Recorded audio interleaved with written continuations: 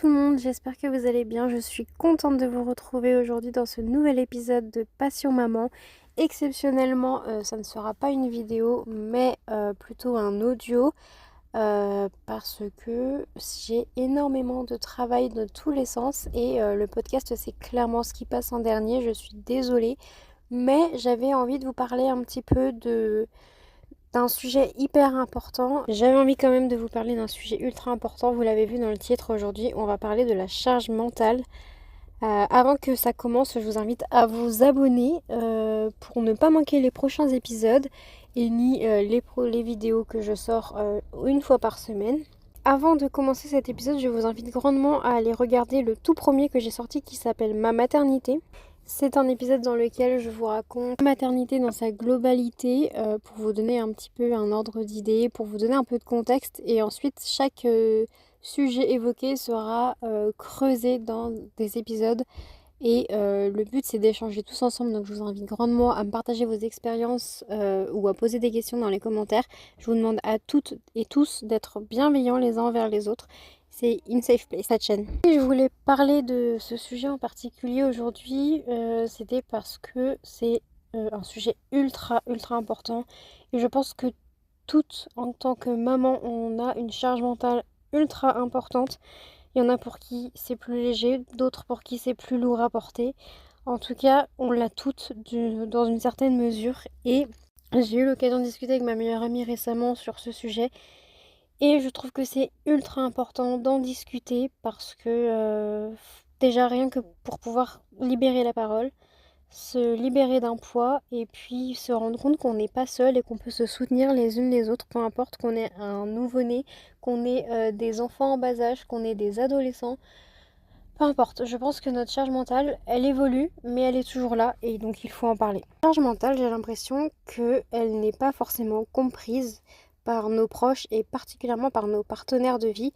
Alors, je vais je pense parler de manière hétéronormée parce que c'est ce que je vis, je suis dans une relation hétéro. Et j'ai bien conscience que ça peut très bien s'appliquer à toutes sortes de relations. Mais en tout cas, comme toujours dans mes vidéos, je parle de mon expérience que j'essaye d'élargir avec celle des uns et des autres. Mais voilà, ne vous sentez pas exclus, c'est juste que je partage voilà, par rapport à mon point de vue et c'est tout. Il n'y a rien de personnel, il n'y a rien de mal du tout. Mais ce que je disais, c'est que j'ai vraiment l'impression que c'est quelque chose qui n'est pas forcément compris, même par des gens qui ont pu vivre ou qui vivent eux aussi une forme de charge mentale, parce qu'en fait, elle est propre à chacun. On a chacun et chacune des choses à penser qui sont pas forcément les mêmes que ceux des voisins, que ceux de nos amis. Ce qui fait qu'on se retrouve très souvent à se sentir seule et pas comprise.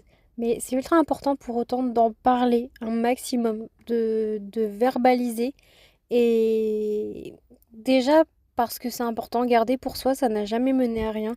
Il faut vraiment se libérer, que ce soit en parler à son partenaire, à sa meilleure amie, à un thérapeute, peu importe. Mais déjà, il faut vraiment pas garder ça pour soi parce qu'en fait, on va ruminer, on va... en fait, ça va monter crescendo en termes d'angoisse et de fatigue et d'épuisement. Et en fait, c'est là qu'on arrive à complètement craquer et ce n'est pas ce qu'on veut.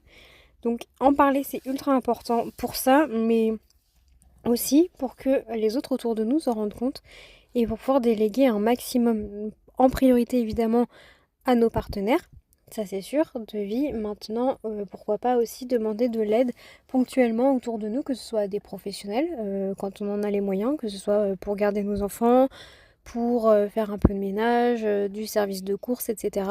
Ce sont des choses qui existent. J'ai bien conscience qu'on n'est clairement pas tous en mesure de s'offrir ce genre de service.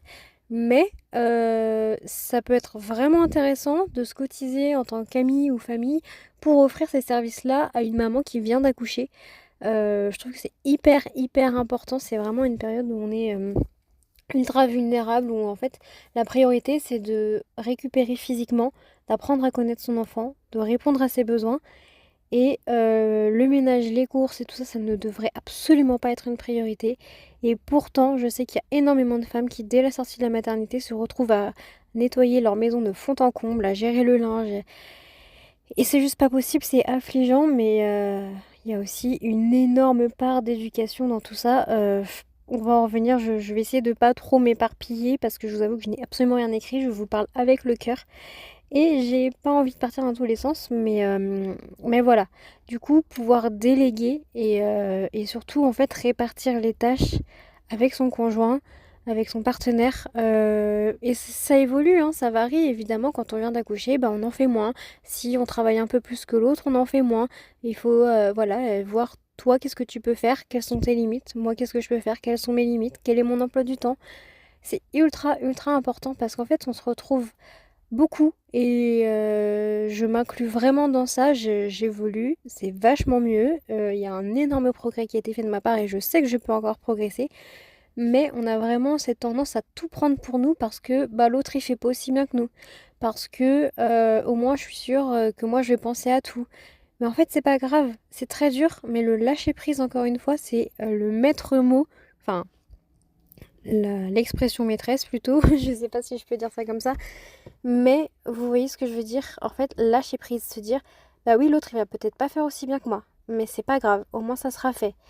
Peut-être qu'il va mettre des draps dépareillés, ok, c'est hyper frustrant moi la première, mais au moins je vais dormir dans des draps propres. Et puis au pire, je lui dis, je lui explique que c'est important pour moi, et l'autre en face, il doit être en mesure d'essayer de faire attention à ça la fois d'après. Il va faire les courses, bon bah peut-être que vous pouvez lui dire, bah vois, regarde, fais l'inventaire des placards et du frigo, tu vois ce qui manque, tu vois ce qu'on a l'habitude de prendre. Et puis si tu oublies des choses, ou que tu te trompes dans la marque qu'on prend ou je ne sais quoi, et bah c'est pas grave, la prochaine fois tu feras plus attention. C'est ce genre de petits détails où en fait on a vraiment tendance à prendre la responsabilité sur nous de tout, mais c'est pas forcément la meilleure chose à faire. Après j'ai conscience effectivement que il y a aussi, il y a vraiment ce truc aussi où nous en tant que femmes on va voir et penser à plus de détails que nos partenaires hommes, enfin en tout cas pour la plupart, hein, parce que je connais des hommes qui sont très maniaques, qui ont une charge mentale énorme, qui pensent à plein de choses, je le sais. Mais il y a vraiment, et c'est là où je veux en venir par rapport au point de l'éducation, parce que je suis convaincue que pour la plupart d'entre nous en tant que femmes, depuis vraiment des petites filles, on voit notre mère faire plein de choses, de faire tout, penser à tout, tout organiser, les sorties scolaires, les vacances, le ménage, le linge, les courses, aller à la pharmacie, prendre rendez-vous chez le médecin. Toutes ces choses, en fait, on a plus vu nos mères que nos pères le faire. De manière générale, encore une fois, je généralise, je sais, il y a plein de familles différentes et plein de contextes différents, mais je suis persuadée que ça reste une majorité, ce que je suis en train de dire. Nous, des petites, en fait, on nous pousse, entre gros guillemets, à aller jouer plutôt vers les bébés, à faire la dinette, à s'en occuper.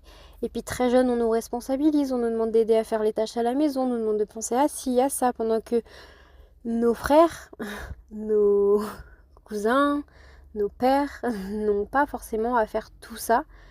Et on le sait, hein, tout ce que l'on peut vivre dans l'enfance et l'adolescence, c'est la base, c'est ce qui nous construit en tant qu'adultes. Et arriver à l'âge adulte et devoir déconstruire toutes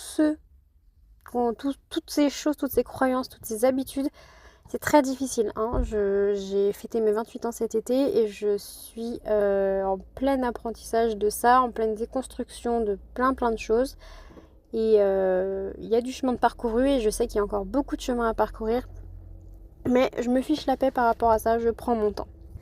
Alors je vous parle de tout ça, je vous donne un petit peu ma définition et mon point de vue de la charge mentale. C'est bien beau, mais quoi? Qu'est-ce que ça fait? Bah ça fait qu'en fait on pense à tout constamment, on dort moins bien, on est stressé, on doit gérer nos journées avec nos enfants, nos journées de travail quand on a un travail à l'extérieur, notre relation de couple, nos relations amicales, nos relations sociales, nos passions, nos passe-temps quand on a encore un petit peu de temps à leur accorder. Voilà, prendre soin de nous, penser à la sortie scolaire des enfants. Et pareil, pour revenir sur la différence entre le papa et la maman pour la sortie scolaire, elle va pas juste se dire ok mon enfant il va sortir. Non, ça va être ok, est-ce qu'il faut préparer un pique-nique ou non? Est-ce qu'il faut donner de l'argent pour que pour que les enfants aient mangé quelque part? Est-ce que quelle sortie il va faire, quel temps il va faire. Est-ce que c'est une sortie au zoo, il fait beau, bon bah on peut mettre des petites baskets légères. Est-ce qu'il va aller à la ferme et il a plu, bon il faut plutôt mettre des bottes. Enfin en fait il faut penser à tout ça, il faut penser à mettre du change au cas où, en fonction de l'âge de l'enfant, il faut penser à signer les autorisations parentales. Toutes ces choses-là, en fait, c'est pas juste, ok, mon enfant demain, il a une sortie scolaire. C'est beaucoup, beaucoup plus de choses que ça. Et elle est là la différence. Et le truc, c'est que ça, plus ça, plus ça, plus ça, plus ça fait qu'on se retrouve épuisé. On cultive un petit peu une sorte de rancœur vis-à-vis de l'autre, même si c'est pas forcément toujours de sa faute, hein. Attention, je ne blâme pas les hommes. Encore une fois, c'est une question d'éducation, c'est une question d'habitude. Maintenant, il faut savoir se remettre en question. Autant nous, en tant que femmes, pour justement lâcher prise et se dire ok, le monde ne va pas s'écrouler si bah voilà, si je ne fais pas les lessives de tout le monde, et bah peut-être que ceux qui sont en mesure de se le faire, et bah ils vont le faire. Si j'oublie un truc au magasin, et bah c'est pas dramatique, on se débrouillera autrement. Tiens, d'ailleurs ça me fait penser que je viens d'aller acheter des trucs et j'ai oublié deux choses. Mais c'est pas grave, j'irai plus tard. Voilà. Et du côté du partenaire aussi en face, c'est ultra important de se remettre en question et se dire ok, ça fait pas partie de mes habitudes de prendre autant de responsabilités au sein du foyer, de penser à toutes ces choses-là, mais c'est ma responsabilité de faire attention, d'y penser un peu plus, de libérer un petit peu ma partenaire et de prendre un peu plus de responsabilité par rapport à ça, de discuter avec elle, de voir quelle chose elle veut absolument garder sous contrôle et ce qu'elle peut me déléguer, parce qu'il y a aussi énormément ce truc de perdre le contrôle, c'est juste pas possible. Ok, je suis épuisée, mais si je gère tout, au moins je sais que ce sera exactement comme je le veux, sauf qu'en fait c'est pas forcément une bonne chose. On n'est pas forcé de... Enfin, tout n'est pas forcément à la lettre, mais c'est hyper réconfortant et de garder le contrôle et de savoir ce à quoi s'attendre et de tout gérer. Mais c'est clairement pas le sujet. Je pense que je pourrais parler de développement personnel et de psychologie. C'est pas... Ça, c'est pas... Ce podcast n'y est pas dédié, mais je peux en parler pendant des heures. Heureusement que j'ai une psy et un conjoint formidable avec qui je peux parler de tout ça. J'espère vraiment que je me suis pas trop éparpillée dans ce podcast. Vraiment, j'essaye de dire un peu les choses comme elles me viennent. J'espère ne rien oublier, ne pas m'emmêler les pinceaux. Euh, J'avais vraiment juste envie de pouvoir en parler et de surtout vous dire à quel point c'est hyper important de lâcher prise, même si je sais que c'est difficile, c'est un travail. En fait, il faut vraiment y aller étape par étape, mais ça c'est valable pour tout dans la vie. Il faut pas se dire, ok, du jour au lendemain, je lâche la bride, c'est n'importe quoi, c'est one life. Pas du tout. Il s'agit de petit à petit. Déjà, la première chose, comme je vous le disais, c'est d'en discuter, de dire, voilà, moi, je pense à ça tous les jours. C'est épuisant, je n'en peux plus. Peut-être que l'autre en face, il se plaint du fait qu'on soit de mauvaise humeur, qu'on soit sur les nerfs, que ce soit pas agréable. Voilà. D'une part, il faut pouvoir en parler. C'est normal qu'on soit pas bien quand on a autant de choses à gérer. L'autre en face, il doit pouvoir écouter, entendre et, et prendre certaines responsabilités. Et puis peut-être dire, bah voilà, ça je te le délègue. Vas-y, fais, apprends, ou fais, voilà, si tu sais faire. Ça je te le délègue, ça je te le donne, fais. Et puis petit à petit, vous en donnez un petit peu plus. Et puis vous vous dégagez du temps. Et en fait, ça va vraiment se faire progressivement. Mais c'est ultra, ultra important. Je glisse cette petite anecdote là. Alors c'est pas par rapport à la maternité, mais c'est par rapport au ménage. J'ai une abonnée qui m'a écrit récemment pour me dire que elle avait loupé ses vacances parce qu'à force de vouloir tout faire dans sa maison, que tout soit nickel, carré, et ben en fait elle s'est épuisée et son corps lui a dit bah non, et elle avait des douleurs tellement importantes que en fait elle s'est retrouvée en repos forcé et elle a dû annuler ses vacances. Et j'espère que ça lui servira d'une petite leçon pour que la prochaine fois elle fasse un peu plus attention. Après, si peut-être que c'était ok pour elle de louper ses vacances, mais au moins ma maison elle est nickel. Dans ce cas-là, bon, moi je trouve ça un petit peu dommage parce que la santé passe avant tout et le bien-être, voilà, passe avant tout. Mais maintenant peut-être qu'elle est ok avec ça. À sa place, je vous avoue que j'aurais été vraiment dégoûtée. Donc là, je me suis un petit peu éloignée du sujet, mais en tout cas, j'espère que vous comprenez l'essentiel. J'espère que je n'ai rien oublié. Voilà, c'est encore une fois pour dire que je comprends, la charge mentale c'est hyper difficile, mais ça, tout ne repose pas sur nos épaules, vraiment.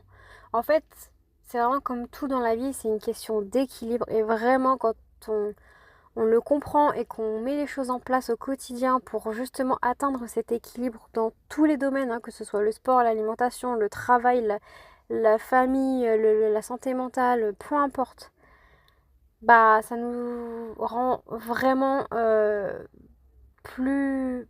Pour ma part, ça me rend plus heureuse, plus sereine. Il y a des choses aujourd'hui où je me dis waouh, il y a encore 3 ans, j'aurais jamais pensé que c'était possible. Que j'aurais été capable d'être voilà, d'être plus patiente, de lâcher prise, de pas être en crise d'angoisse parce que ma maison n'est pas nickel. Enfin voilà, voilà. On peut évoluer progressivement, il suffit de le vouloir et de faire tout ce qu'il faut pour y arriver. Ça demande beaucoup de temps, mais c'est possible et on n'est pas seul. J'espère que cet épisode vous aura plu, j'espère que ça ne vous gêne pas, qu'il n'y ait pas de vidéo, mais au moins j'ai pu prendre, vous voyez là, une vingtaine de minutes pour vous parler de ça.